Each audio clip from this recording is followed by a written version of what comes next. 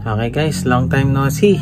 So ayan, nakabili ulit tayo kay kay tatay ng Eagle items. Ayan. So tignan natin kung ano yung mga Eagle items na nandito.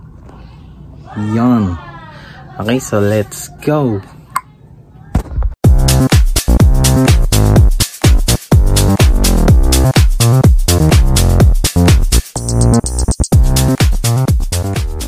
So ito nga pala yung mga Eagle items nating nabili. So 5 bundle muna ng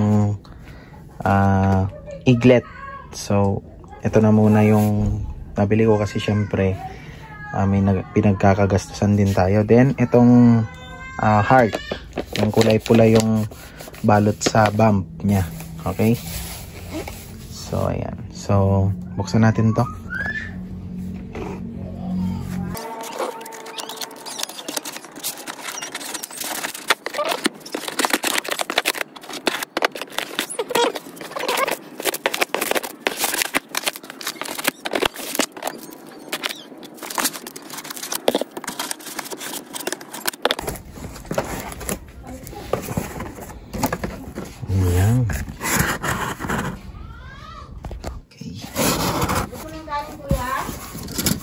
Ama. So, ayan.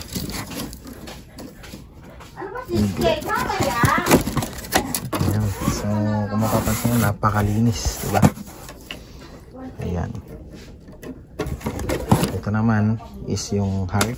Yung kulay. Ito natin.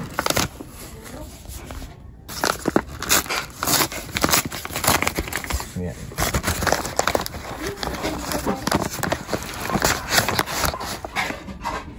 Yan, yun ang balot niya. Ito is yung heart. Okay. So, ang comparison nila, wait lang, ulitin ko, ay malaki ang difference. Ayan. So, sa bump, mas malaki yung mas malaki itong heart. Same as doon sa size ng lifter, mas malaki. Yan. So, yun lang guys. So, abang lang ulit sa ating stash. So, meron pa ako dito. Di pa nabubuksan. Yan. So, galing yun kay Madam Rosalie. So, siguro December ko nabubuksan yun. May mga sawa lang naman yun. Tsaka mga Thunder ng Phoenix. So, yan. Ito ang ating Eagle items. Yan. So, thank you guys sa panonood.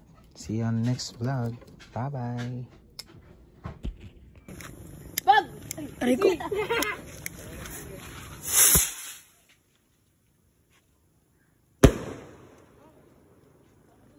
Pag-ahaya lang ako sa gitna.